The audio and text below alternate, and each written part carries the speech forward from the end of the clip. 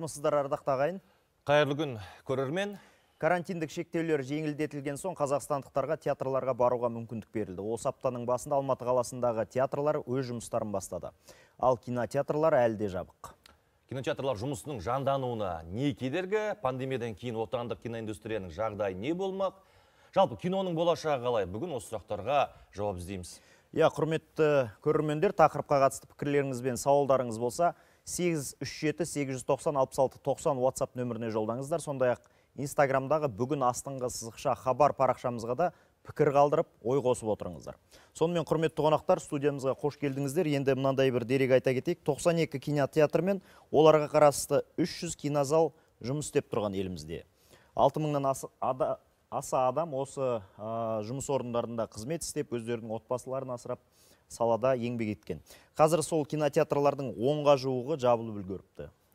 Байқап отырғандай, карантиндік шаралар жеңілдетілген кезде көптеген мәдени ошақтар, әсіресе жаңа театрлар деп айтты, олар жұмыстарын бастап, халықты қабылдай бастады, бірақ кино саласында мұндай ілгерілеу жоқ. Неліктен? Бұның бір ерекше себебі бар ма? Осыны маман ретінде сізден сұрасақ. Бүгінгі күнде әлі де біздің елімізде осы қалада, Нұр-Сұлтан қаласында коронавирустық инфекция әлі де тіркелуде. Ол вирус әлі де циркулирует деп айтуға болады да. Сол себептен бізде әлі кинотеатрлар сондай көп адамдар баратын орын болып саналады. Оның ішінде кинотеатрдың күтетін орындары бар, алдын ала келет, бір сеанс, бір фильм, где-то 1,5-2 сағаттай болады. Соның бәрін ескере отырып, біз оның үстінде жаңағы киноның ішіне кірген кезде, оның ішінде жарық болмайды, оның ішінде дистанцияны қалай сақтап жатыр, масканы киіп отыр ма, киіп отырған жоқ па. Осы шаралардың бәрі қиын болады да, жаңағы істеп жатырған адамдарға. Сол себептен именно кинотеатрларды әлі күнге дейін біз ашылып жатырған жоқ. Жақсы. Енді жақында денсаулық сақтау министрі кинотеатрлар 30% сыйымдылықпен ашылуы мүмкін екендігін айтты. Мүмкін болады. Өйткені енді жаздағы жағдайдан бері енді қазір біз стабилизация деп айтуға болады ғой. Қазіргі эпидемиологиялық жағдай тұрақты. Сондықтан қазіргі кезде осы сұрақ қарастырылуда. Мүмкін келесі аптада жұмыс істеп кетуі де мүмкін.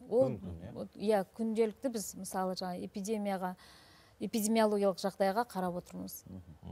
Енді сіздер не дейсіздер осы кино саласында жұмыс істеп жүрген азаматтар? Енді біз айтсақ, бұл енді барлық жақта білеміз, біріншіден ол денсаулық, оны түсінеміз. Енді бірақ біз бұл жерде әрқашанда біз дүниежүзілік тәжірибеге қараймыз да. Ресей бар, алыс жақын шетелдері бар, енді коронавирустың шыққан елі бар, Қытай елі да. Барлық жерде кинотеатр істеп тұр. Олар істеген кезде, мысалға, оларда ондай коронавируспен ауыратын адамдар көбейген жоқ. Мысалға бізде де осы август айынан бастап барлық автобустар қатынап, самолеттер, пойыздар жүріп жатыр. Оның ішінде 2-3 күн жүреді, 5-6 сағат ұшады. Оның ішінде тамақ жейді кішкентай ғана жерде. Одан көбейіп жатқан жоқ қой. Біз ойлаймыз, кинотеатр ашқанда ондай көп болып, ол біз әсері, ол тарауына ешқандай болмайды. Мысалға, өздеріңіз қарасыңдар, Қазақстанда 30 000 ресторан мен кафе тіркелген екен. Оның 30% істеп тұр десеңіз, мысалға 10 000-ға. Оған 50 адамға рұқсат берілген. Ол 50 адам 10 000-ға бір кіргенде 500 000 адам.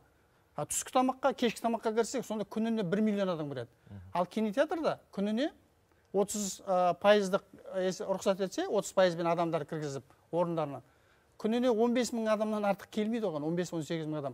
Ол одан және тарапта кетпейді. Және бүгін кеше осы мысалға не шықты? Германияның зерттеу университеті. Сонда мысалға вентиляциядан кафе, ресторанға қарағанда кинотеатрда, кинозалдың ішінде адамға жұғуы 10 есеге аз. Жұғу несі? Мүмкіндігі да. Өйткені кинотеатрдың ішіне кірген адамдар сөйлеспейді бір-бірімен. Бұл деген ауамен, негізінен ауамен өтеді адамдарға. Ал кинозалда ешқандай ештеңе жоқ. Сол, мысалға, ресторан мен кафеде күніне 1 миллион адам кіріп шығады, Қазақстан бойынша. Ол қазір 30%-бен жұмыс жасап жатқан. Бізде 18 000 адамда біз ондай көбейіп кетеді деп ойламаймыз. Және кинозалдың ішінде осы жақты төбесі 10 метр, квадраты мысалға бір адамға 10 квадраттан келеді. Былай қарасаңыз, если 30%-бен. Және вентиляция мысалға 300 орынға есептелген вентиляция, ол 50 адамға істегенде оның ауасы өте таза болады. Онда біз ешқандай жұғады деп ойламаймыз. Осы жерге осыған жауап беріңізші. Сіз айтып жатсыз басында, 2 сағат ол ұзақ уақыт вирус жұқтыру. Тәжірибе бар, соған қарау керек. Ладно, оны сіздер енді кинозалдың ішінде қараңғы дейсіздер, мысалға жабық дейсіздер да, сіздер оны зерттеп, осыдан жұғып кетті деген ондай іс жерде. Және де осы ашылғалы бері кинотеатрлар дүние жүзінде да, енді барлық жерде істеп тұр, 90% дүние жүзінде. Ол ашылғанда, ол кинотеатрдан жұқты деген ешқандай да дерек жоқ. Оны біз ешқашан ештеңені түсінбей отырмыз да. Барлық ашылды. Бүгінгі күні біз айта алмаймыз. Мен толықтыра кетейінші әкем сөзін. Тазалық ең бірінші керек, адам денсаулығына кепіл. Дұрыс па? Тазалық керек ең бірінші бар жерде. Енді мен бір нәрсеге түсінбеймін да, мысалға, жаңа қараңыздар, ресторандарға рұқсат беріп жатыр, иә? Самолетқа ұшып келіп жатырмыз, ұшып барып жатырмыз. Осылай бірге отырып барып, бірге отырып келіп жатырмыз, мысалға. Жаңа театрларға рұқсат берді. Кинотеатрда свет өшеді, театрда да свет өшеді. Театрға барасыздар ғой. Ұшақта да свет өшеді, жарық өшеді. Ұшақта да свет өшеді. Бар жерде свет өшеді. Бірақ қараңыз, бар жерде қадағалайтын адам бар. Ұшақтың ішінде жаңа стюардессалар бар. Тамақ ішіп отырады. Қадағалап отыратын, тамағын әкеп беретін, барлығын жасап отыратын. Кинотеатрда да мысалға жарайды, попкорны бар, анасы бар, мынасы бар, жеп отыратын нәрсе. Бірақ театрда ондай жоқ қой. Театрда отырғызып қойып тамақ бермейді ғой, дұрыс па? Сол сияқты. Мен енді таңғалатын нәрсе, базарларда мысалға ашылып жатыр. Сауда орталықтарда ашылып жатыр, барлығы ашылып жатыр да, сол жердегі бүкіл неде тіріліп жүріп жатыр да, тек қана кинотеатрға келіп мәселе тіреліп тұр. Тек қана кинотеатрға. Бізде коронавирус тек қана кинотеатрларға келеді екен. Вот солай болып тұр. Қазіргі мәселе шынымен де солай болып тұр да, тек қана кинотеатрға ғана келіп тіреліп тұр да, мысалға. Кинотеатрдың ішінде. Енді сонда бір үлкен, білмеймін, бір түсінбейтін және үлкен мынандай бір сұрақ тұрады да бұл. Кинотеатрға өйткені балалар көп барады. Мысалы, балалар, сіздер білесіздер қазір, 1-90-нан бастап балаларды біз мектепке жібермей жатырық. Неге? Өйткені балаларды жаңа қадағалау өте қиын. Кешке дейін балалар жүре алмайды, мысалы, ол все время бала әке-шешесімен бармайды ғой киноға. Сондықтан, мысалы, мектепке де, мысалы, бала барған күнде де, сол переменаның ортасында жүгіріп жүреді, жарайды, мұғалімдер қадағалайды. Қазіргі күнде тек қана дежурный группаларды біз рұқсат бердік. Сондықтан осының арқасында бүгінгі күнде, может быть, біз осы заболеваемості ұстап отырық. Жас ерекшелігіне байланысты шектеу қоюға не кедергі? Егер балалар барайды, жарайды, үлкендер ғана барсын десе. Мүмкін министрлікпен бірге, мәдениет министрлігімен сіздер бір шешім шығарсаңыздар болмайды ма? Жарық өшкеннен кейін ол жерде контроль жасау жоқ, кешіріңіз, мен сіз бағана бері үндемей тыңдап отыр ғой, кім не деп сөйлейді екен. Кешіріңіз, мен таяуда ғана міне Шығыстан барып қайтып келдім. Мынау әлемнің тең жартысын айланып келдік. Мексикаға дейін 15 сағат ұшады самолет. Жаңағы айтқан емес, былай отырады. 3 қатар былай, соң 3 қатар дәл осылай.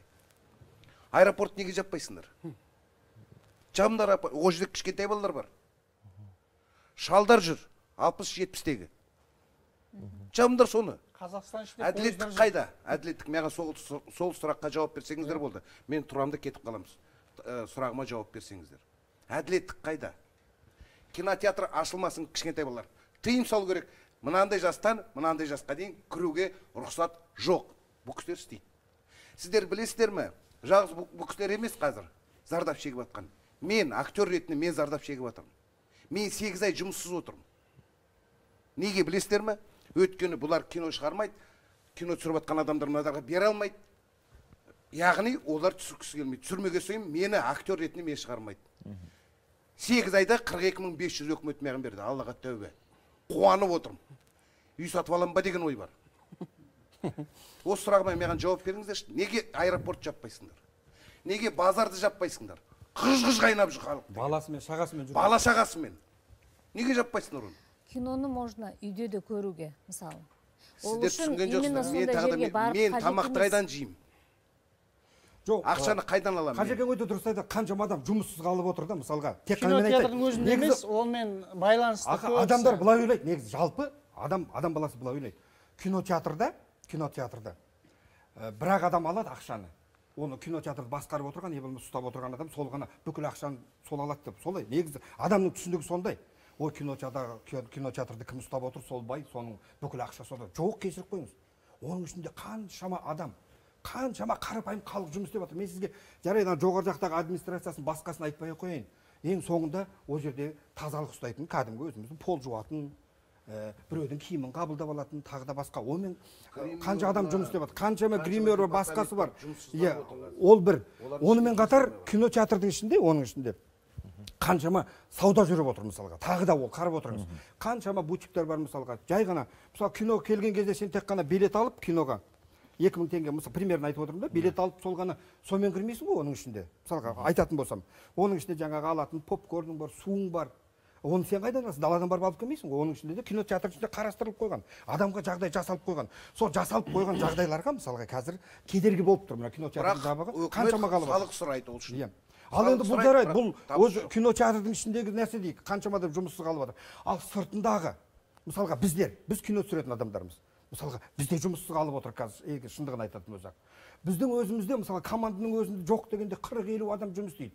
Оның ішінде жаңа административный нәрсесі бар, шай беретін адамы бар, гримері бар, енді қаншама адам жұмыссыз қалып отыр мысалға. 15 миллиардтай шығын деді, алдында біз Мәдениет ақпарат. министрлігінің Енді үлкен қаражат. Вице-министр мырза, студиямызға қош келіпсіз. Сіз не дейсіз? Министрлік тарапынан бұл жағдайды реттеуде қандай іс-шаралар атқарылады? Не болады? Біріншіден бүгінгі әрине өзекті мәселе. Шынымен алып қарасақ, бұл кәдімгі бірінші кезекте күнкөрістің көзі.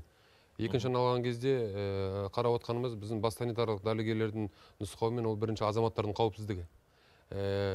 Әрине мәдениет және спорт министрлігі осы пандемия басталғаннан бері осы киногерлермен, режиссерлермен, продюсерлермен түсіретін 10 шақты кездесу ұйымдастырдық.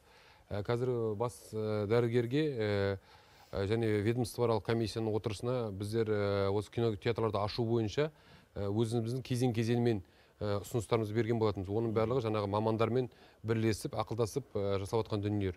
Әрине бірінші кезектегі бас дәрігеріміз, өңірлік бас дәрігерлердің шешімі ол бірінші азаматтардың қауіпсіздігі болғаннан кейін біздің ұсыныстарымызды әрине қарап отыр. Соңғы өз мысалы ұсынысымызда кинотеатрлардың 30%-ға дейін кіргізу жөнінде. Оның басында мынадай да мәселе болған, 50%-ға дейін қарайық. Адам санымен де кіргізейік деген. 50%-мен қарайтын болсақ, қазір мысалы кейбір кинотеатр 100 орындық кинотеатрды қарайтын болсақ, оның ішіне 50% десе, ол жерде 50 адам кіреді, 50 адам болмай қалады.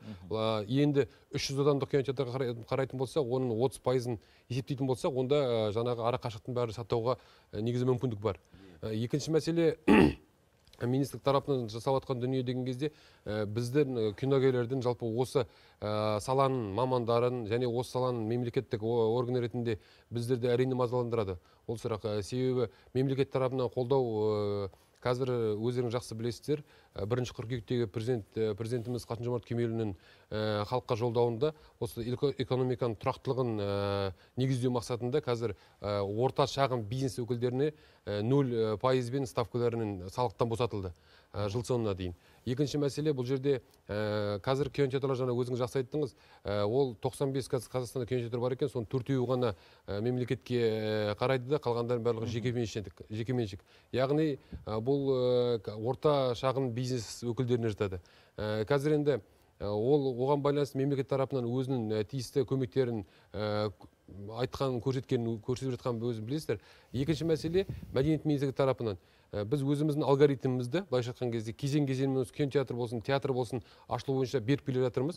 Қазір енді жақында ғана театрларда, концерттік ұйымдарда, мысалы Алматы қаласы бойынша 50%-ға, Астана қаласы бойынша 50 адамға дейін рұқсат еткізіп жатыр. Әрине бұл біз үшін үлкен қуантарлық жағдай, себебі 1 жылға жуық уақыт көлемінде біздің жаңа репертуарларымыз болмаса премьераларымыз бәрі тоқтап қалды. Енді шетелдік мына келетін болсақ, шетелде, мысалы Ресей мен Италияда осы пандемия кезінде басында осындай мәселеден кейін кинотеатрларды ашқан болатын. Бірақ солардың ақпаратына сәйкес қарасақ, кинотеатр ашқаннан кейін тек қана сол жерлердегі кинотеатрдан жаңа коронавирустың өршуі айқындалған. Сондықтан да олар ашылған күннен кейін бір аптаның ішінде кері жабуға тура келіп отыр. Оларда ондай мағлұматтар бізде бар. Енді қазір шетел Голливудты қарайтып баратын болсақ, олар өздерінің премьераларын бізге берген ақпаратқа сәйкес, олар биылғы премьералардың барлығын келесі жылға пандемияның аяқталғаннан кейін жасауды көздеп отыр. Себебі ол енді бұл бизнестің көзі болғаннан кейін қомақты ақша қарастырады. Қазір енді пандемия кезінде өзінің премьерасын беріп, оның шыққан шығынын табыс көзін қайтара алмаса, ол тоже бір жағынан қарасаңыз, ол да үлкен мәселе. Сондықтан да мәдениет министрлігі тарапынан осы киногерлермен беріп, жаңа айттым, 10 шақты кездесу ұйымдастырып, бізде ашылғанын күтіп отырмыз. Бірақ бірінші кезек азаматтардың қауіпсіздігін міндетті түрде ойлауымыз керек. Жақсы, бұл тақырып тағы да қазір жалғасатын болады. Бізде шағын жарнамадан кейін біздің меншікті тілшіміз Нью-Йорктен Талғат Алман бізбен скайп арқылы байланысқа шығады. Ол жақтағы жағдай қалай болып жатыр? Және студияға ораламыз. Біздің кинотеатрлар жағдайы қандай? Соны жалғастыратын боламыз. Арнамыздан алыстамаңыздар. Біз тікелей эфирдеміз. Бүгін киноиндустрия саласын, кинотеатрлар қазіргі жағдайын талқылап жатырмыз. Студиядағы әңгімеге оралмас бұрын біз скайп арқылы ақштағы, яғни Нью-Йорктағы меншікті тілшіміз Талғат Алмановпен байланысқа шықсақ. Талғат, қайырлы, сіздерде таң сияқты ғой, қайырлы таң. Талғат, қалайсыз? Қайырлы таң, Нұрсұлтан. Саламатсыз ба, Саят? Бізде таңғы сағат 4. Талғат, қазір Америка құрама штаттарында кинотеатрлар қалай жұмыс істеп тұр ма? Жалпы кинобизнестің жағдай қалай болып жатыр? Жаңа біздің әңгімені естіген шығарсыз студияда. Ауқымды жобалар, премьералар шығып жатыр ма, әлде кейінге шегеріліп жатыр ма? Енді осыдан бір ай бұрын шамамен ақштағы негізгі үлкен кинотеатрлар ашылған еді, бірақ бір жарым апта бұрын қайтып жабыла бастады. Себебі енді ақштағы ситуацияны білесіздер, 7 миллион адам вирусты жұқтырды, сондықтан да барлық кинотеатрлар қазіргі кезде жабылып жатыр. Дегенмен енді кейбір штаттардың губернаторлары жаңағы кинотеатрларды ашуға тырысып жатыр, бірақ негізгі кинотеатрлар жабық менің ойымша. Және де премьералардың басым бөлігі 2021 жылдың қазанына немесе қыркүйегіне ауыстырылып жатыр. Мысалы, Джеймс Бонд кейінге қалдырылды. Жақсы. Ал енді премьералар кейінге шегеріліп жатыр. Қазір не істеп жатыр актерлар? Мысалы, біздің Қазақстанда студияда отырған актерлар айтып жатыр, біз жұмыссыз қалдық, ешқандай табыс көзі жоқ, қиын жағдай деп. Режиссерлар да айтып. ақшта қалай бұл жағынан? Қандай қолдаулар білдіріп жатыр? Енді мен былай айтатын едім, ақштағы негізгі сұрақ ол жаңағы актерлердің табысы емес, ол кинотеатрлерде жалпы продакшн индустриясында жұмыс істейтін жұмыскерлердің жұмыссыз қалуы. Мысалы, Голливудтың өзі мысалы миллионға жуық адамды жұмыспен қамтып келген. Бірақ пандемия кесірінен мыңдаған мысалы америкалық сол кинотеатрлерде істейтін америкалықтар жұмыссыз қалды. Енді олармен салыстырған кезде менің ойымша енді актерлердің жағдайы дұрыс деп ойлаймын. Табыс көзі. Жақсы, ал мынау Netflix жағы қалай болып жатыр? Көпшілігі Netflix платформасына өтіп кетті. Netflix менің ойымша жетістікке жетіп жатқан сияқты, себебі мысалы 3-4 айдың ішінде 24 миллион жаңағы көрермен жинап үлгерді. Қазір менің білуімше, қателеспесем, 176-180 миллионға дейін жетті жалпы көрермендері. Сондықтан да мына кинотеатрлердің менің ойымша болашағы бұлыңғыр. Мысалы, бір ғана сізге мысал келтірейін. Мына Голливудтың негізгі табысының 40% ақштағы екі мерекенің ортасында болады. Labor Day мен Memorial Day деп аталады. Мамырдың 31-і мен қыркүйектің 7-сі аралығында, яғни жаз бойы өтетін кинотеатрлерден түседі екен 40%. Бірақ мысалы былтырғы коронавирустың кесірінен ол мысалы суммадан да қағылып отыр. Сондықтан да жалпы менің ойымша ақштағы кинотеатрлердің болашағы бұлыңғыр. Және тағы бір айтып кететін нәрсе, мысалы соңғы 10 жылда алып қарасаңыз, мысалы ақштағы популяцияның жан басына шақсаңыз, кинотеатрлерге бару белсенділігі төмендеген. Себебі жаңағы өзіңіз айтқандай Netflix бар, Hulu бар, Amazon бар, көптеген онлайн сервис көрсететін платформалар кинотеатрлер қаптап кетті. Сондықтан да олар кәдімгідей конкуренция, бәсекелестік көрсетіп жатыр кинотеатрлерге. Ал жалпы Талғат, енді қорытынды сұрақ болсын. Біздің елде мысалы көпшілік енді мойындауымыз керек, кинотеатрға барғысы келеді, ашылсын дейді, мысалы халықта отырғысы келеді. ақшта қалай жалпы? ақшта халық кинотеатрға барғысы келе ме, әлде үйде онлайн көруге, біздің студияда әңгіме айтылды ғой, негізі киноны үйде де көруге болады деген сияқты. Сол үрдісті сақтап отыр ма? қайсысын қолдайды көбірек? Енді мен осы бағдарламаның алдында ғана бір қызықты анализ оқыдым. Голливудтың белді жеті бір үлкен режиссерлер мен продюсерлердің айтқаны бар екен. Қазіргі кезде Netflix пайда болғалы америкалықтарды сыртқа шығарып кинотеатрге апару үшін біз не істей аламыз деген сұрақ төңірегінде ойланып жатыр да. Сондықтан да менің айтатыным, ол өте қиын. Кинотеатрге апару қазір өте қиын. Себебі қолжетімді Netflix және де мысалы ең бірінші менің ойымша ол мысалы адамдардың қауіпсіздігі ғой жеме-жемге келген кезде. Сондықтан да менің ойымша мына вакцина табылмайынша америкалықтарды кинотеатрға апару қиын болатын сияқты. Енді Америкада қазір жағдай ең күрделі болып тұр ғой, бізден де күрделі, сондықтан олардың қорқып отырғаны заңды. Рахмет Талғат сізге. Бізбен байланыста болған біздің табыс тілейміз. Жан-жақты ақпарат бергеніңізге алғыс айтамыз. Енді студиядағы әңгімеге оралайық. Мен айтайыншы. Онлайнға көшу. Netflix пен Amazon деген платформа бұл кинотеатрдан өте бөлек бизнес. Ол басқа. Мысалға адам деген адам әлеуметтік қарым-қатынасқа үйренген кісі. Ол адам бір-бірімен араласпаса, ол ешқашан ол социальный существо дейді ғой мысалға. Қарым-қатынаспен өмір сүреді әрқашанда. Бір-бірін көру керек, сөйлесу керек, бір жерге бару керек.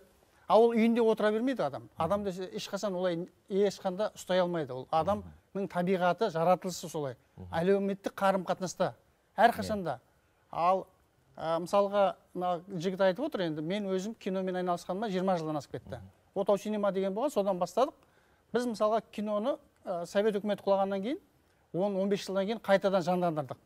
Енді осындай жағдай кино Совет үкіметі кезінде Қазақстанда 12 000 кинозал болған. Енді ауыл-ауылда бәрі мәдениет үйлері болды ғой. Соның бәрін есептеп 12 000 кинозал болған. Кинопроектор ғой. Қоюға болатын, иә? Болған сол кезде.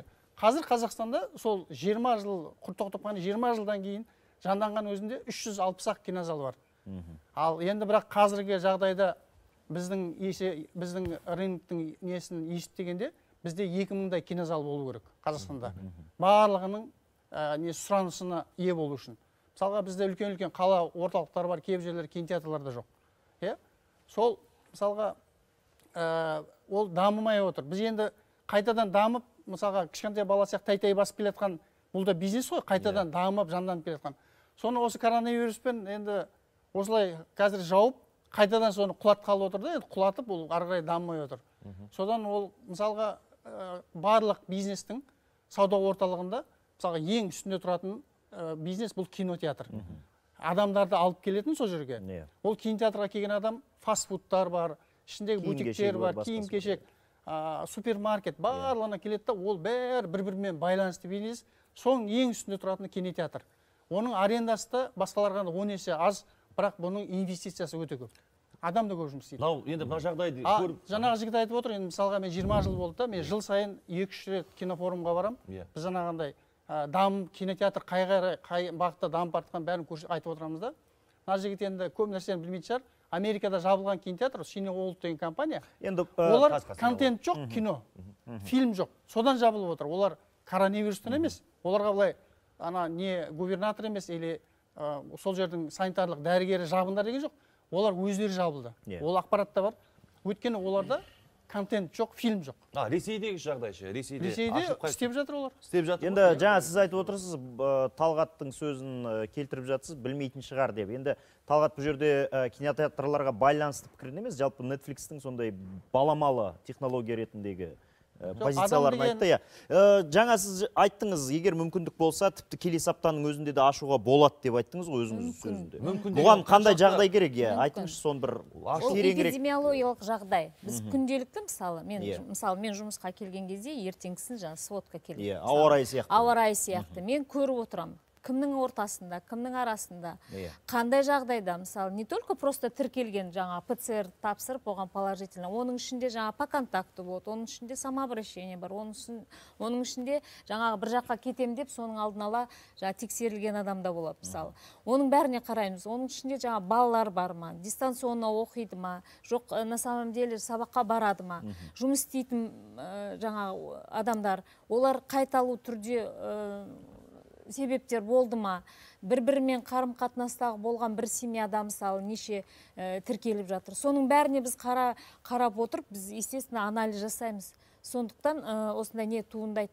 Ал Бір сіздерде кешіріңіз, сіздерде мысалы ауруды ең көп жұқтырған жер деген бір сондай бір маркерлер, статистика, сондай бір мәлімет бар ма?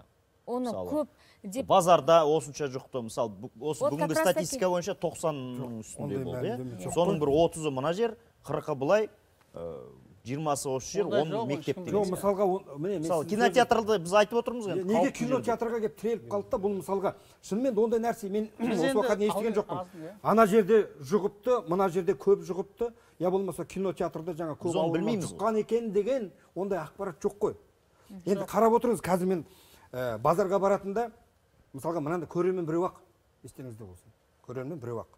Ол базарға баратын көрермен, сауда үйіне баратын, тойға баратын, киноға баратын, кинотеатрға баратын көрермен бір ақ адам. Біз баратын. Өзіміз мысалға.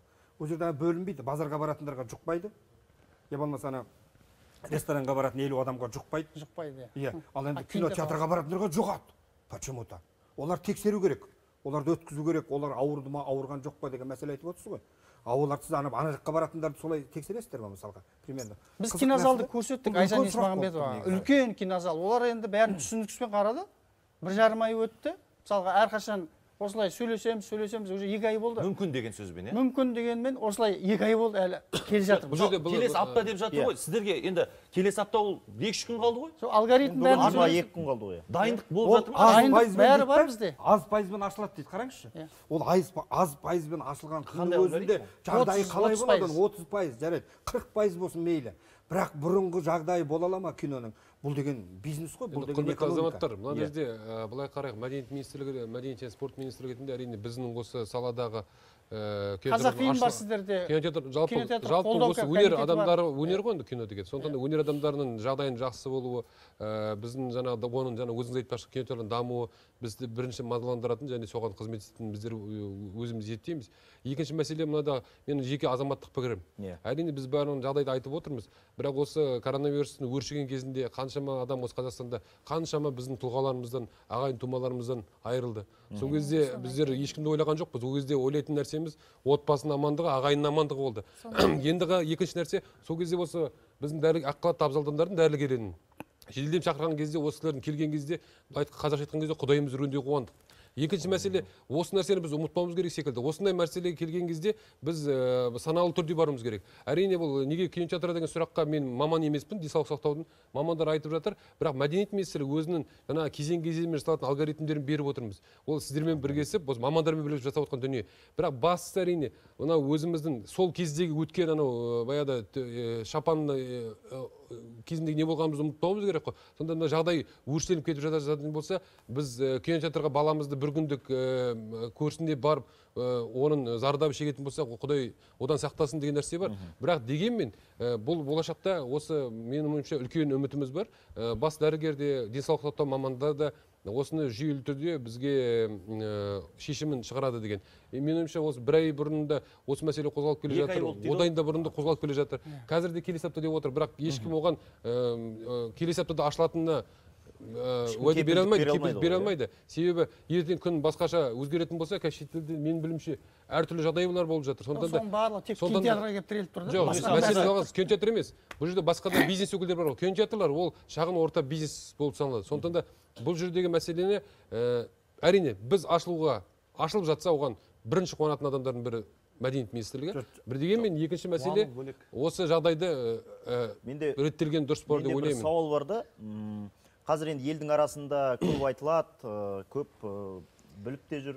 Себебі, мысалы, кафе, ресторандар сондай жабық түрде артқы есігінен кіріп, жұмыс істейді.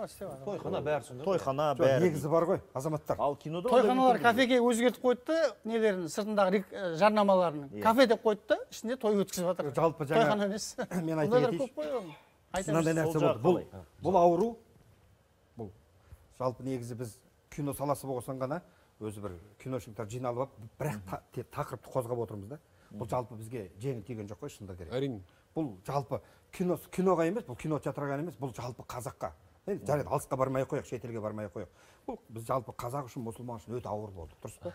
Бұның ішінде жоқ, шынымен де бұл ауыр өте ауыр, сондай қиын болды мысалға. Оның ішінде оның ішінде тек қана киношниктер емес қой, оның ішінде қаншама жаңа айтып отыр ғой, қаншама бизнес саласындағы адамдар бар, қанша басқа жүйедегілер бар. Енді менің өзімнің көзім жеткен, көргенім осы аурудың бар ғой, саласы бар ғой, бір мына мәдениет саласындағы адамдарға өте ауыр болды.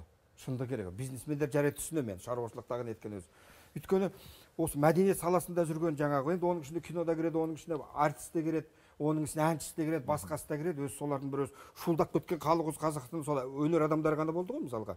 Мысалға ешкім айтқан жоқ, мешіттер неге ашылмай жатыр, мешіттерге неге бармаймыз деген жоқ мысалға. Неге тойханалар ашылмай жатыр деп сөйлеп кетті. Біз пендешілікке салынып кеттік та сондай. Сөйтіп кетті мысалға. Сондай бір ауыр неге келіп қалды. Сол себептен мен айтайын деген сөз. Тоқетарын айтып кетейін мысалға. Шынымен де сақталу керек, барлығы сақталу керек. Жаңағы медициналық барлығы біз шаралардың бәрін сақталу керек та. Енді қараңыз. Бірақ мен өзімнің ойым, мысалға келген кезде осы кинотеатрға келіп отырмыз да, бұл да іске қосылу керек сияқты. Өйткені жаңағы жұмыссыздық тағы да айланып келген кезде, жаңа айтып отыр ғой, тек қана жаңағы шетелдегі хабарласқандарымыз айтып отыр ғой, ол жерде артистерге ешқандай не келіп атқан жоқ, кетіп атқан жоқ дейді, артистің бірі міне отыр ғой. Мысалға ол кинотеатрдың ішіндегі адамға аздап зияны тиді, ол шынымен де ол бизнес. Жарайды, артистерге зиян тимей қойсын сырттағыларға. Ол ішіндегі қаншама адамды жұмыссыз қалып отыр. Сол себептен ол негізі бір ғана мәселе болып тұр. Жан ағам сізге сұрақ қой. Мысалы, әңгіме тыңдап отырсыз, уәж бар мысалы, 2 ай болып созылып келе жатқанда дейді, әніме ашылады деп. Бізде барлық жағдай сақталған дейді. Мысалы, сіз киноны барлық алгоритміне. Сіз киноны үйде көруге де болады дейсіз, бірақ тамақты да үйде ішуге болады. Мысалы, бірінші кезекте бізде мейрамханалар ашылып кетті. Олар тез арада рұқсатын алып үлгеріп кетті. Қазір ашылып жұмыс істеп жатыр. Бұл жерде енді бұны қалай түсіндіріп бересіз? Мысалы, мүмкін олардың ықпалы мықты болды ма сіздердің тараптарыңызға? Ал кинотеатрдың абыройы болмай қалды ма? Соны айтып беріңіз. Міне, негізгі айтылатын гәп, інім өте дұрыс айтасың. Ішімді күйдіріп тұрғаны сол. Кафелер 11-ге дейін істейді. 1 миллион адам көреді күніне. Сонда мен ана коронавирус 10-нан кейін бірақ шыға ма деп отырмын көшеге. Жарайды, 10-ға дейін, 10-нан кейін де шықсын. Кафелер жарайды, істей берсін. Мешіт туралы айта алмаймын. Өйткені Алла мына жерде үйде де отырып намазды оқуға болады. Бірақ мынау рухани байлық деп киноны айтамыз, иә? Жарайды, мейлі ашылмасын. Ашылмасын. Ондай болатын болса бізге мемлекет жағынан көмек болу керек қой. Осы жерде қажет айтып өтсек. 2 рет 42.500 бергеннен сол адам сол күнге көре ала ма деп тұрмын да мен. Мен үшін күйіп тұрған сол. Мен үшін күйіп тұрған базарға барсаң, быж-дыж қайнап жүрген қала. Мынандай баладан шалға дейін жүр. Сол. Жапса бәрін жау керек, немесе ашса бәрін ашу. Мына жігіттер олар ашып береді. Белгілі болды, түсінікті. Енді біз бұл мәселені талқылауды бір басқа бір жағына келсек, себебі сіздің бұл позицияларыңыз түсінікті болды, мына жақтың да айтып отырған белгілі болды. Енді біз келесі скайпты... Тимур Бақтыбаев, кинопродюсер, бізбен скайп арқылы байланысқа шыққалы отыр. Бұл кісінің де пікірін білейік. Продакшн, кино түсіру. Тимур мырза, қайырлы күн. Ассаламуалейкум. Уағалейкум ассалам. Бүгінгі тақырыпқа байланысты жалпы мына кинотеатрлардың жабық болуы сіздің кәсібіңізге, сіздің жұмысыңызға қалай әсер етіп отыр? Мемлекеттік тапсырыс бойынша жоспарланған ірі жобаларды айтпағанда, үлкен экранға жолдама алған 10-нан аса дайын көркем дүние карантин салдарынан көрерменге жетпеді. 18 фильм дайын тұрғаны. 18 болды. Көрсетілуге дайын. Осы туралы не айтасыз? Қалай болады бұлардың тағдыры? Қазіргі коронавирустық жағдай менің жалпы негізі менің өзімнің компанияма 100% кедергісін тигізіп отыр. Себебі мен осы коронавирус басталмай тұрып 2 кино түсірген болатын, өз ақшама, өз қаражатыма. Біз жоспар бойынша біздер мамыр айында бірінші киномыз шығу керек болған, бірақ коронавирус болып, ол енді белгісіз уақытқа созылып кетті. Осы күнге шейін 7 ай, 8-ші айға ауысып бара жатырмыз ғой енді. Ешқандай бір қозғалыста жоқ, жұмыс жасап жатқан жоқпыз. Тек мына өзіміздің бұрынғы тапқан жиған бар бір ақшаларымызбен күн көріп жатырмыз. Егерде осылай ұзағынан созыла беретін болса, біз білмейміз енді ары қарай не істейтініміз. Себебі менен де бөлек қаншама адамдар бар, жұмыс осы кино саласында жұмыс жасап жатқан. Егерде кино түсірілмейтін болса, кинотеатр ашылмайтын болса, кино түсірілмейтін болса, киногерлер банаға жұмыс жасайтындар, оларға жұмыс жоқ деген білдіреді. Қанша қаражатыңыз кетті 2 киноға? Шықпай қалған? енді бір киноға шамамен 40 миллиондай ақша кетсе, екі киноға 80 миллион ақша кетеді да. Мысалы, Тимур мырза, сіз қазір де кино түсіріп жатыр екенсіз, иә? Қазір кино түсіріп жатқан жоқпыз. Қазір кішігірім былай тапсырыстар түсіріп жатқанбыз. Видеороликтер, имиджроликтер. Енді қандай жұмыс бар, соны жасап жатырмыз ғой қазіргі уақытта. Бірақ кино түсіріп жатқан, мысалы, сіздің де кейбір әріптестеріңіз бар, иә? Мысалы, Түркияда түсіріп жатыр Нұрлан Қоянбаев, мысалы. Олар бір нәрсеге сен түсіріп жатқан шығар, ертең прокатқа шығар. Енді қараңыз, жалпы негізі енді кинотеатрлар ашылмай қоймайды емес, бір белгілі бір уақытта ашылады ғой. Нұрлан Қоянбаев негізі ол жоспар бойынша осы жылы Түркияда түсіретін болғасын, ол түсірді. Ол кином шығады шықпайды деп ол қорқып отқан жоқ. Ол кісі уже қанша кино түсіріп тастады, оның ол кісінің қаражаты бар. Ал біз сияқтылар енді мына кино саласына енді келіп жатқан жастарға бүкіл ақшамызды салып, қазір енді міне жақсы болады деп үміттеніп отқан адамдарға өте қиын да. Сіз осы бизнеске қашан келдіңіз? Жаңадан келдік деп жатырсыз, осыны сұрағымыз келіп отыр. Мен негізі осы салаға 3 жыл бұрын негізі келгенмін, бірақ кино түсірген жоқпын. Ең басында мен артистерді продюсер еткенмін.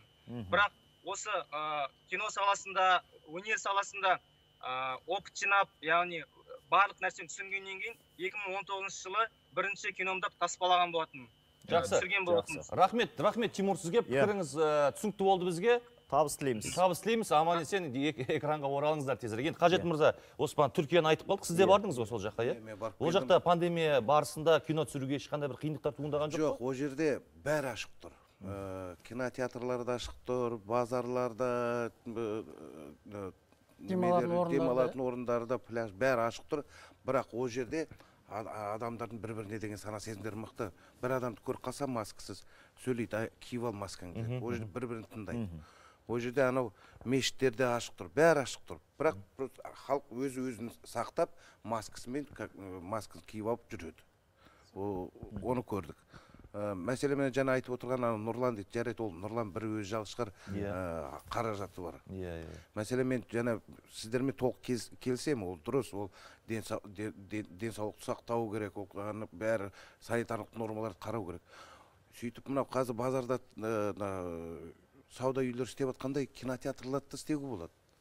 Мына жерде мен мынандай ой келіп отыр. Айтады ғой, ответственность. Өзіне алғысы келмей отырған сияқтысыздар сіздер. Білмеймін. Немесе мәдениет министрлігі ме екен, денсаулық сақтау министрлігі ме екен, немесе сіздер ме санитарлық немелер. Біреуді таба алмай отырсыздар. Кім өзіне жауапкершілік алатын? Жауапкершіліктен қорқып отырған сияқтысыздар. Кешіріңіздер. Маған сөйтіп көрінді. Сен өзіңе қайтесің анау алсын.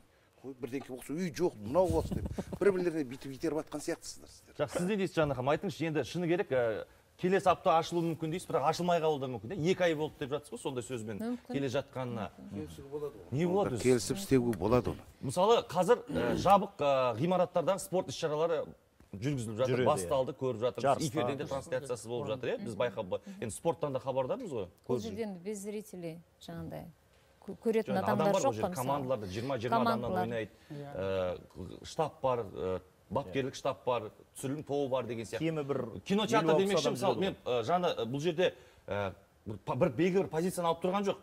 Менің түсінбей тұрғаным, мысалы, кеше біз бір фастфудқа тамақ жеуге бардық. Мысалы, фастфудқа. Енді ішіне қарасаңыз, ана фастфуд, 2 қабатты фастфуд, атын айтпай қойын, бірақ ішінде балаларға арналған алаң бар. Ішінде шұбырып жүр балалар. Ешқандай дистанциясыз айтып тұрған мәселе жоқ. Халық кезекте тұр. Мысалы, астынан кіріп жатыр, кәдімгідей бір-бірінен. Енді олар беріп тұр. Оларға жаңа ана жерде айтылып кетті ғой, мысалы, сана сезім дейсіз да. Вот как раз таки сол сана сезім біздің әлі халқымызда, біздің азаматтарымызда сол сана сезім жоқ. Жоқ, сондайлар болып жатқанда. Кинотеатрға баратындар да жоқ па сонда сана? Ауру көйіп жатқан жоқ оларда. В целом. Ауру, мысалға, осыдан 2 ай болды да, мысалға. Барлығы ашылды, барлығы. Онда енді ауру өйтіп өршіп жатқан жоқ қой. Ол кинотеатр ашып қалсаңыздар, сіздер жоқ, мысалы, сіз тек қана кинотеатрға қазір келіп тоқтап жатыр қой. Сіздер ғана емес, басқа да салада істемей жатырғандар бар ғой. Мына кісілердің қазір өздерінің ұсыныс. Мынау онлайн касса болсын деп. Онлайн касса бізде. Онлайн касса. Бұландай касса болмайды. Онлайн билет киноға барғың келсе, бесконтактный картамен төлеп бәрі. Картамен төлеп сөйтіп алуға болады. 1 метр араларын бәрі. 30%-ық кіріспен, 30% отырыспен рұқсат берсін. Соның өзі бір ғанибет болады сіздерден берсеңіздер. Сіздер соны да бермей отырсыздар ғой. Көрдіңіздер. Бізде кинотеатрлардың бәрі республика бойынша жабық, солай ма? Алматы ше? Жоқ, республика бойынша жабық. Ал мысалы, жарайды, мен бір түсінбеген сайт Бұны әр аймақтың санитарлық дәрігері шешім қабылдамайды. Иә. Мысалы, Алматыныкі бөлек, сіздікі Жоқ, бөлек. бірінші бас дәрігер қабылдайды. Бас дәрігер қабылдайды. шешім қабылданып отыр ғой, бірақ жерден. Жоқ, былай ғой, мысалы, оларда Мені бүкіл республика бойынша жабық тұрғаны. бас дәрігер Қазақстан бойынша санитарлық дәрігер рұқсат берсе, оны жергілікті дәрігерлер оны қарап төмен түсіре алмайды, оны ашса не алады, ашады оларда. Енді мынандай жағдай, мысалы, қазір жағдай тоқталып келе жатыр, мейрамханалар істеп тұр, кафе, ресторандар істеп тұр ғой, жарайды ертең кинотеатр ашылсын. 1 миллион адам барады. Келесі апта ашылады. Сіздерде статистика мысалы қайтадан күрт өсіп кетсе, ауырып жатқандар, онда кинотеатрдың да жабылатыны сөзсіз. Кинотеатрлар емес, тағы да басқа саладағы кафелерде жабылады. Бәрі жабылуы автобус, бәрі мүмкін. пойыз тоқтаймыз. Барлығы жабылуы мүмкін. Ол бәрі біздің өзіміздің өздеріңіз айтып отырсыздар ғой, сана сезім. Мысалы, біз апта сайын, мысалы, бізде қазір мониторинговый группа, да? Сіздер өздеріңіз айтып отырсыздар сана сезім деп. Біз мысалы түсінеміз ол бизнес жаңағындай предпринимательство өсу керек, нужно зарабатывать, жаңа ақша керек, бәріне тамақтану керек. Соның бәрін түсініп отырып, біз бердік босаңсыту, да? Поэтапное послабление бердік. Мүмкін сіздерге ақша төлеген шығар ол кісілер. Неге олай айтасыз? Бүйтіп біліп тұрғаным қараңыз. Мәдениет министрінің қазір қолы байлаулы. Бұл кісілер бізге көмектескісі келеді. Мен білем, мәдениет министрліктегі адамдармен де сөйлесіп көргім. Көмектескісі келеді, бірақ сіздер бұл кісілердің қолдарын байлап тастадыңыздар. Көрдіңіздер ме? Торговый базарлар ақша. Мүмкін ол кісілер сіздерге ақша төлеп, мүмкін соңғы сіздер рұқсат берген шығарсыздар. Біз тек қана продовольственный. Аэропортшы. Енді ол поездар ше. Керек. Неге олар жүріп жатыр? Киносыз можно просуществовать. Вы уверены в этом? Жоқ, мысалға да, қажет мен айтайыншы, мысалға кино туралы, мысалға кинотеатр жұмыс істеп тұр, біз дамыттық та, біз барлық кәсіпкерлер сияқты бірдей салық төледік. Ал біз қазір келгенде, сендер біз керек жоқсыңдар, салықтан да. Мысалға біз соңғы 5 жылда, біздің компания Кинопарк Киноплекс да, 5 миллиард салық төледік. Тікелей жылына 1 миллиардтан. Мысалға біз айтамыз, біз ладно, жылдың аяғына дейін бізге жапсап, рұқсат беріп, жаппасыңдар, осылай беріңдер да, бізге көмек беріңдер. Ондайда ешқандай жауап жоқ қой. Президентке де жаздық, бәріне жаздық. Ал сіздер жұмыссыз қалған азаматтар кинотеатрдың ішіндегі, олар не істеп жатыр қазір? Олардың көбісі барлығы жұмыс қарастырып жүрдіңіздер, иә? Жұмыссыз қалсаң жоқ, инженерлер бәрі бар. Инженерлерге олар соның бәрін түсінеміз ғой сіздер. Күзетшілер, енді мынаны неге былай істедіңіздер? Егіз нәрсені неге бөліп тастадыңыздар? Бірақ нәрсе ортасын бөліп тұр, кино деген ғана бөліп тұр да, бірақ екеуі де театрда. Былай жасап отырсыздар, ана театрды ашып қойыңыздар да, жарайды. Мен өзім театр актерімін, негізі театр бітіргенмен. Мен қуанып отырмын театрдың ашылғанда, хотя бы екі театрдың біреуі ашылды әйтеуір. Кинотеатрды қойып қойды да, театр ашылды да. Бірақ енді айырмашылық неде? Айырмашылық жоқ қой. Енді бірақ енді театрға көрермен әлде, бірақ көрермен көп келмейді театрға, иә? Сүйреп әкеледі. Жоқ, жалпы айтып отырмын да, енді мына кісілердің шектеу қойып отырған ойын айтып отырмын да. Неге шектеу қойып отыр? Значит, онда театрға аз адам келеді. Театр іштен емес, кафе, ресторан айтса, 1 миллион адам жатса. Осы екеуін хотя бы, жарайды, ресторанды қоя тұрайықшы. Просто екі театр неге ол екеуі бірге ашылмасқа или бірге жабылмасқа? Примерно. Бұл жерде Жанна ханым, сіздің мен бағанадан бері ойланып отырмын да, әңгіме тыңдап, позицияңызды түсінбедім. Мысалы, киноны үйде көруге де болады ғой дейсіз. Тамақты да үйде ішуге. Тамақты да үйде жеуге болады, үйде доставкамен алдыруға болады. Неге осы логиканы түсіндірші, неге бұл қағидамен сіздер жауап бере бересіздер? Неге кафелерге мүмкіндік берілген тез арада да? Неге бір ғана кинотеатрда берілмейді, мен соны түсінбеймін. 30%-бен оның артында бір үлкен сұрақ тұр. Білмеймін, жаңағы жауапкершілік дегенде бұл жерде ойнамайды. Сол жауапкершілік. Бір ақы мойныма алады, олмайды деген. Жанна ханым, мынандай жағдай бар. Біздің мейрамханалар кейбір санитарлық жағдайды сақтамағандарға арнайы рейдпен барып, айыппұл салып жатыр. Мүмкін кинотеатрларға да ашып егер сақталмаса айыппұл салу керек. Сөйту керек қой. Салынады, істелінеді ол. Ашып беріңіздерші, соны саласыздар ма? Құрметті студия қонақтары, біз енді мына мәдениет министрлігі тарапынан пікірлерді білсек, себебі жағдай Бұларда түсінікті, қазақ фильм бар. Бұл жалпы мына кино саласында, түсіреді жалпы олар. кино түсірушілердің үлкен бір алдағы уақытта да, бұл енді пандемия алдағы уақытта да жалғасуы мүмкін. Себебі бұндай вирустар әлі күшейіп бара жатыр. Жаңа түрлері келесі жылда келуі мүмкін деген болжамдар айтып жатыр. Соған дайындығы ретінде осы кино саласына байланысты мүмкін бір мәдениет министрлігінде жаңа бір көзқарас, жаңа бір стратегия, жаңа бір методика болуы мүмкін бе? Сіздер соны бір қазір қарастырып жатырсыздар ма? Мысалы, жаңа Netflixке бәрі ауысып жатыр, халықта көріп жатыр, монетизация о жерде бар. Мүмкін кино театрдағы азаматтар сол бизнеске қарай икемделу керек па? Мүмкін оларға бір соған икемделу үшін бір қаражат мәселесін, кино түсірушілерде сол платформаға ауысу деген нәрсе, соны қарастыруға бола ма? Себебі біз қазір осы дауды ары қарай жүргізе берсек, сала тығырықтан шыға қоймайтын сияқты. Түсірушілер де, актерлер де, кинотеатрлардың иелері де. Қазақ фильмі де айтып жатыр. Ол жақта кинолар түсіріліп жатыр ма? Үлкен қазақ фильм бар мысалы. Сіздерге қарама-қарсы. Қалай ойлайсыз осы сауалға байланысты? Сауалыңыз өте орынды. Біріншіден, екіншіден мәселе осы кинотеатрлардың әртүрлі форматқа ауысу жөнінде ғой. Енді мына қоғамның өмірдің өзі алып келді. Осындай жағдайда біз қалай өмір сүруіміз керек дегенімізде. Былай айтқан кезде бұрында енді біздің қазақи халық қонаққа барған жақсы көретін едік. Қазір қонаққа барғанда өзіміздің анау қауіпсіздік үшін қонақты да азайтуға тура келеді. Себебі барған қонағың ертең сенің болашағына болмаса отбасына зияны келтіруі мүмкін. Екіншіден жағдай мәселе кинотеатрлар болсын. Біздің мынау қазіргі таңда әрине біз барлығын өнер адамдарына түсініп отырмыз. Ол жағдай қазір кино мүлде тоқтады. Былай айтқан кезде кеше коронавирустың өршіген кезінде кино түсіру ол жекеменшік компаниялар болсын, қазақ фильмін түсіргендер болсын, бәрі тоқтады. Себебі бірінші кезекте ол жерде күшпен әкелсін де ол жерге түсетін актерлер түспейтін еді, режиссер де басын өлімге тікпейтін еді. Ол анық нәрсе болатын. Қазіргі таңда сол себепті қазір мәдениет министрлігінде биыл үкімет тарапынан берген қаржыға түсіретін ақшаға, киноның түсірген ақшаға берген қаражаттың өзін жаңағы жеңіп алған режиссердің өзі келіп, биыл біз бұл киноны түсіре алмаймыз. Себебі мынадай жағдайда мен актерларымды да өзімнің де басымды бәйгеге тікпеймін деп ақшаны қайтарып берді. Бюджетке қайтарып бердік. Екінші, кейбір мәселелер мынау жаз кезінде түсетін фильмдердің уақыты болады. Қыс кезінде, күз кезінде ол тек қана фильм бір уақытта түспейді ғой. Сонда да бұл жағдай әрине өзінің әсерін тигізіп жатыр. Екінші форматқа көшетін болсақ, жаңағы шет мемлекеттерде қолданып жатқан дүниелер. Әрине олардың біріншіден менталитеттеріне байланысты. Екінші мәселе бізде жаңа бір жерге барған жақсы көреміз ғой негізі. Осы Нұр-Сұлтан қаласы мен Алматы қаласында мына ашық аспанның астында кинотеатр жасады. Халық машинамен толған кезде мынау осы басқармалар жасаған орын жоқ, машинамен орын жоқ. Шын айтқан кезде осындай форматты бізге енді болашақта да өздеріңізбен бірге ақылдаса отырып, осындай бір дүниеге көшу керек шығар деп ойлаймын. Оған контент жоқ, фильм жоқ, бермейді оған. Мысалға Довод болды, Кристофер Нолан. Мулан болды, біздің қазақ жігіттер, намат каскадерлар түскен мысалға да, олардың ешқайсысына олар ондай автокинотеатрда рұқсат бермейді. Оларға кім келіспейді оған.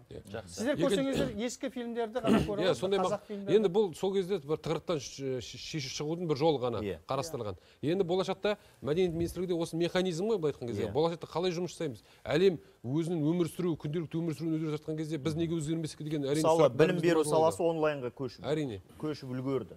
Мысалы, осы азаматтардың да кәсібі тұраламас үшін сіздерден бір ұсыныс керек сияқты. Мүмкін бір соны қарастыру керек шығар. Бұл ұсынысты жаңа айттым ғой, біз жиі талқылап отырамыз, және ол күнделікті біздің жұмысымыздың басты бір тетігі. Екінші қорқыныш бар. Кинотеатрды ашқан күннің өзінде қазір шығарылған, жекеменшік шығарылған киноларға халық бара ма деген сұрақ бар. Барады.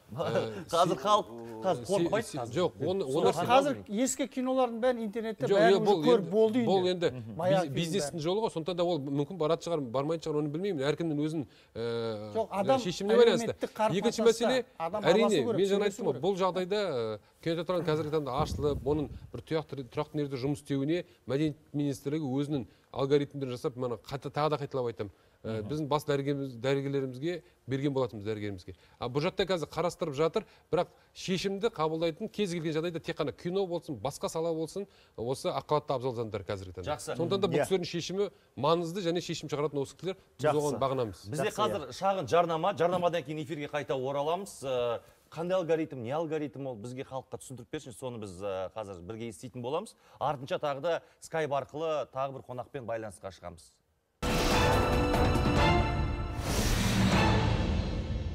Біз тікелей эфирдеміз.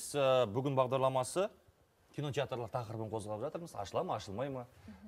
Осындай сұрақ туындағанда арасында алгоритм деген сөз көп естіп жатырмыз, Жанар ханым, сіздің аузыңызда. Түсіндіріңізші, қандай алгоритм, не алгоритмге сүйеніп, келесі апта ашылып қалуы мүмкін. Мүмкін деген сөздің өзі, шын керек ол 100% ашылады, бол дайындалыңдар деген сөз емес қой. Мысалы, мектепті аштық осы жылдың басында, дежурный группалар жаңа кезекші сыныптар, оның ішінде 15 бала мысалы қатысу керек.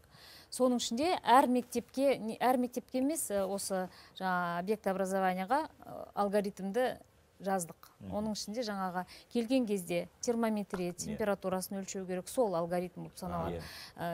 Температурасын обязательно жаңа тексеру керек. Одан кейін балалардың ара қашықтығын соблюдать ету керек. Содан кейін маска киіп жүрген, осының бәрі алгоритмге жатады.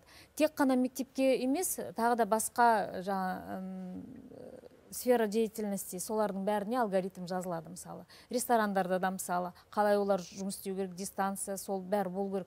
Поэтому жаңа мониторинговый группа айтып кеттік қой жаңа. Тексерген кезде осының бәрі сақталмағандықтан көп жаңағындай айыппұл да төлеп жатырғаны да сол осы алгоритмді сақтамаған үшін. Ал кинотеатрлар қалай? Алгоритм сақтап жатсыздар ғой? Сақтаймыз деп біз жоқ, бұл кісілер әлі бастап жасаған жоқ қой. Енді мысалы келесі аптада ашқан күнде де бұл кісілерге де алгоритм жазылады. Мысалы театрға біз жаздық, мысалы қалай жұмыс істеу керек екен. Біз келіскен алгоритм бар ғой. Біз уже 2 ай болды келісіп осы алгоритмді 50%-дан 30%-ға дейін түсті. Келістік, санитайзерлер қойдық, онлайн билет сатыңдар деді, онлайн билет қойдық, бесконтактный деді, оның бәрін жасадық. Сосын болды бір алгоритмде. Барда іштеңе сатылмасын, попкорн іштеңе сатылмайды, кинозалдың ішіне кіргенде тамақ жемейді. Іске өтіп кетеді.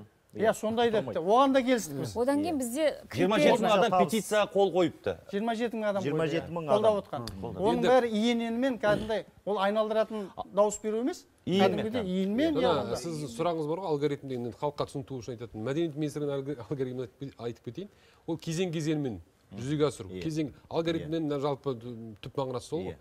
Кезең-кезеңмен жүзеге асыру. Мысалы, біздің қазіргі беріп отқан бас дәрігерге ол 30%-бен көрермендерді қабылдау.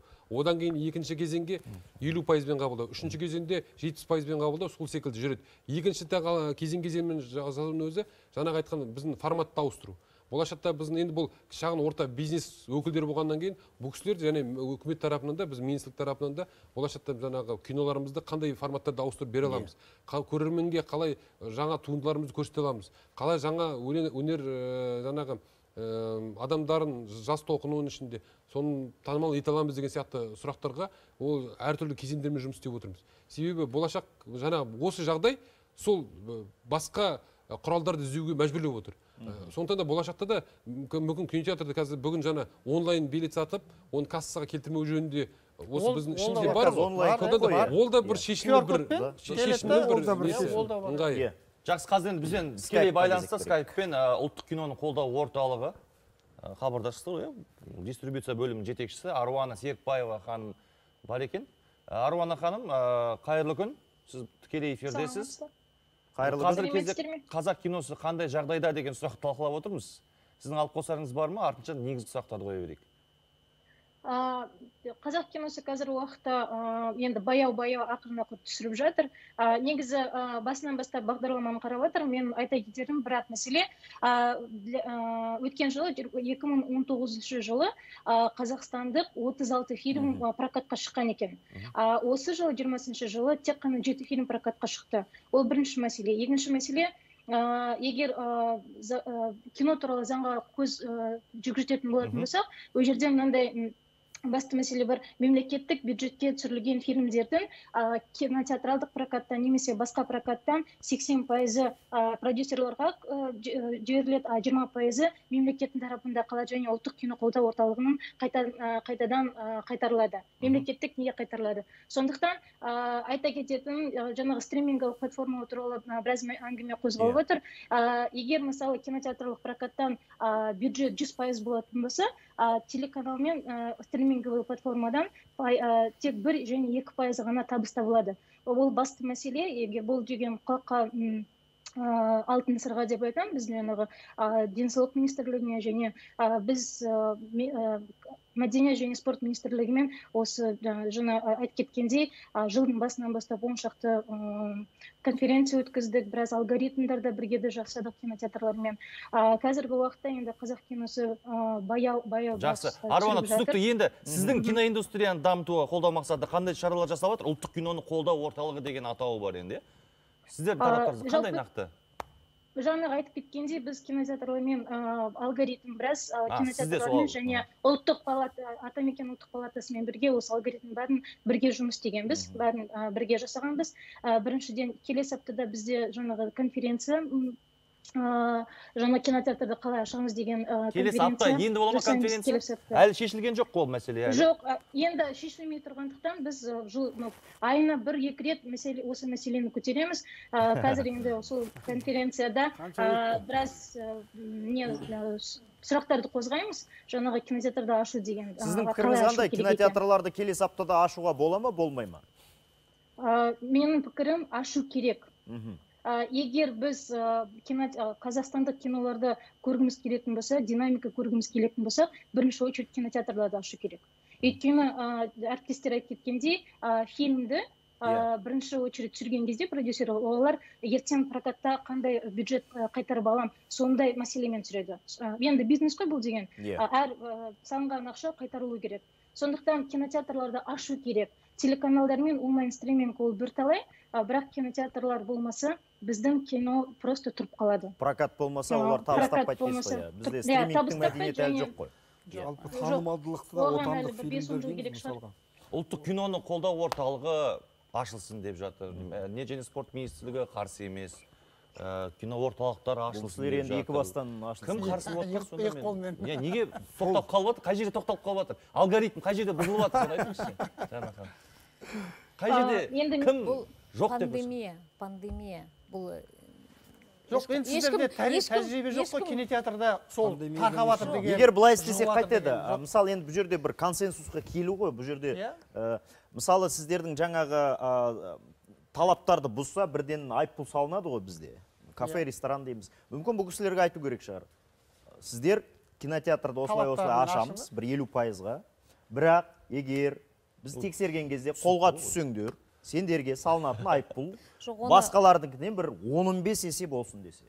Бұл кісілер келсе, соны істесе қалай болады? Жоқ, айтсаңыздар да олар істеп жатыр. Бізге айтып отқан сізді алгоритм деп отырсыздар ғой. Қатаң сонда ерекше бір талаппен ашса қалай болады дегеніңіз ғой. Келіскен өзінде қазір сіздер рұқсат бермей отырсыздар. Бұл жерде ең бірінші біздің балаларымыздың қауіпсіздігі. Сіздер мысалы көріп отырсыздар ғой, мысалы. Міне шоу. Макс киноға барғысы келіп жүр ғой. Сіздер білесіздер ғой. Детская площадка, фудкорт, солардың бәрі жасап жатырған жоқ, өйткені ол жерде жаңа балалар жиналады. Қалада жасап жатыр ғой. Қалада фастфуд орталықтар жасап жатыр. Ішінде бала құжынаған көп. Мен кеше бір жерінде болдым. Айтпай ақ қойын, аты жарнама болып кетті. Барлық жерде. Туған күнде өтіп жатыр. Ішінде кәдімгі туған күнде бала шаға, ішінде кәдімгі жүр. Араласып, сіздер үйде отырып, олар араласпай отқан сияқты да, олар туған күнге барып жүріп бір-бірімен араласып, бәрі байланыссыз адам емес. Әлеуметтік қарым-қатынассыз адам емес. Араласпаса ол болмайды. Адам деген үйінде отырып оны біз барлығын түсінеміз. Сіздер просто именно біздің службамызды кино деген ол бір жағынан адамдардың шамалы шерін тарқатып демалатын жер ғой. Адамдардың шамалы күнделікті проблемадан шамалы болса да демалады. Сондай керек. Жас енді қорытылайықшы. Соғыс кезінде де кинотеатр жабылмаған. Бір минуттан берейік. Онда соғыс қой енді пандемия. Жана ханым, сіз айтып алдыңыз, әрбір спикерге сөз береді. Аруана ханым, сізге рахмет. Кешірім сұраймын. Көп рахмет сізге. Мына жерде қонағымыз кетіп, өзімізде әбігерге түсіп кеттік. Сондықтан айыпқа бұйырмаңыз. Жана ханым, сіздің сөзіңіз 1 минут. Мен айтайын деген осы құрметті жаңа кинотеатрдың өкілдері. Кішкене шыдамдылық керек деп ойлаймын. Өйткені біз жаңа жылға сайлғалып десеңші, 2021-ге дейін сәл шыдаңыздар. Жоқ, кішкене шыдамдылық керек, өйткені бір кішкене шыдамдылық Бір керек. жақсы хабар бар сияқты. Иә, өйткені Соны былай. енді біз айтып отырық қой, алдында біз осы сұрақты өзімізде көтердік. Өйткені сіздер ойлайсыздар, тек қана біз осы қалауымызбен өзіміз жауып тастағымыз келіп отыр деп. На самом деле, действительно, біздің жаңағы сана сезіміміз кішкене әлі түсінбейміз. Егер де мысалы жаңа Америкада айтып отырсыздар, маскасыз жүруге болмайды. Олар қатаң барлық режимдардың бәрін сақтайды. А біздің, мысалы, енді өзіміздің елімізді мен жамандағым келмейді, бірақ та өте қиын біздің азаматтармен сондай. Енді ондай ауру келмеген, мысалы, Қытай, ауру Кореяның келмеген, өзінде де ешкім маска киіп сенгісі жүреміз ғой. келмейді әлі күнге дейін. Енді сана сезім деген кезде біз кішкене өте мұқият болуымыз керек сияқты. Себебі халықтың ол өмірінде көрмеген нәрсесі енді жаңадан үйреніп жатыр. Сондықтан кішкене шыдамдылық, бәрі ашылады, рет-ретімен келеді, рет-ретімен сол барлық салада барлығы жұмыс істеп кетеді. Егер де біз осы жаңа қаулыларды қатаң сақтап, осы айтылған режимдардың бәрін сақтайтын болсақ, осы бұрынғы жағдайымызға келеміз деп ойлаймын. Мүмкіндік қойсаңыз. Соған жеткісіне сізді тыңдайық болсын. Түйін. Адамнан артықшылығы оның мәдениеттілігінде деп білемін. Сондықтан да осы жағдайда да біздің өнер адамдарының шыдамдылық танытып жатқанына ризашылығымды білдіремін. Әрине, осы коронавирус жағдай елімізде болмауы және біздің мәдениетіміз бен өнердің адамдары, қызметкерлердің барлығы қалыпты жағдайға түскенін тезірек болғанын қалаймыз. Кинотеатрлардың да ашылуы жағдайымыз дұрыс болса, жақын арада шешімін табады деген ойдамыз. Сондықтан да біз бірінші бас дәрігердің нұсқауы біз үшін маңызды. Мәдениет министрлігі өзінің бас дәрігердің берген бүкіл талаптарына сай жұмыс істеу үшін өзінің мәдениет және спорт министрлігі қарасты ұжымдардың барлығына тиянақты жұмыс істеуге дайын. Жақсы. Сізден пікір болсын. Сізден тыңдайық. 2,5 минутымыз қалыпты. Сізден пікір. Артша біз. Мен де айтамын, Алла сабырлық берсін бәрімізге, шынымен де. Біздің мәдениетіміз сол, біздің мешітіміз, біздің әдебиетіміз, біздің тіліміз, біздің дініміз, жалпы біздің киномыз оның ішінде бар. Сол себептен Алла сабыр берсін. Енді әліптің артын бағайық, көрейік оны да, күтейік. Жақсы, сізден пікір. Сіздерге рахмет, өзекті мәселені көтеріп отырсыздар. Мына бас дәрігер айтып отыр ғой, рет-ретімен деп. Біз енді сенеміз, біздің де ретіміз келер енді бізге де. Өйткені күтіп отырмыз, ретіне келмей жатыр. Соны жақын арада келеді деп ойлаймыз, сенеміз сіздерге. Кинотеатр ашылсын, не дейміз? Жақсы. Енді құрметті көрермендер, мінекей біз өте өзекті халықтың арасында айтылып жүрген кинотеатрлар қашан ашылады деген мәселенің төңірегінде пікір алмастық. Енді театрлар ақырындап ашылып жатыр. Енді бұл үрдіс, өзгеріс киноға да келеді деген ойдамыз. Кинотеатрды барлығымыз жабылып жүріп, ашқызғаннан кейін бірден жабылып қалмасын енді. Кейде сондай да оқиғаларды шетелден көріп жатырмыз. Бұл енді аурудың таралуына байланысты. Сондықтан аман болайық, экранымыз аман болсын, кинотеатрларда жаңа премьераларға куә болайық, халықтың ең басты денсаулығы мықты болсын. Бүгінгінің бұл мәселесін біз айттық, шешімі уақыттың еншісінде. Демалыстарыңыз сәтті өтсін, дүйсенбіде жүздескенше. Аман болыңыздар.